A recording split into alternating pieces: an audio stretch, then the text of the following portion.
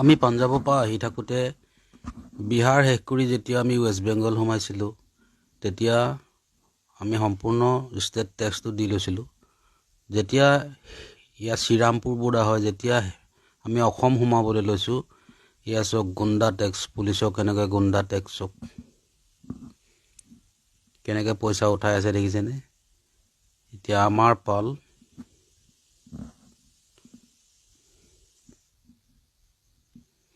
পইচা বিচাৰিছে দেখিছেনে।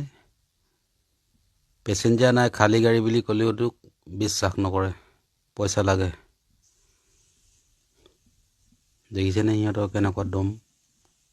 100 টকা এটা দিছোঁ নামানে, চব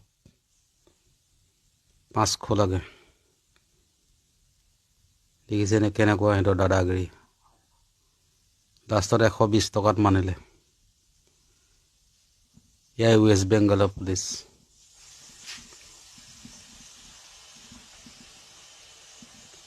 এয়াই পুলিচৰ দাদাগিৰি চওক।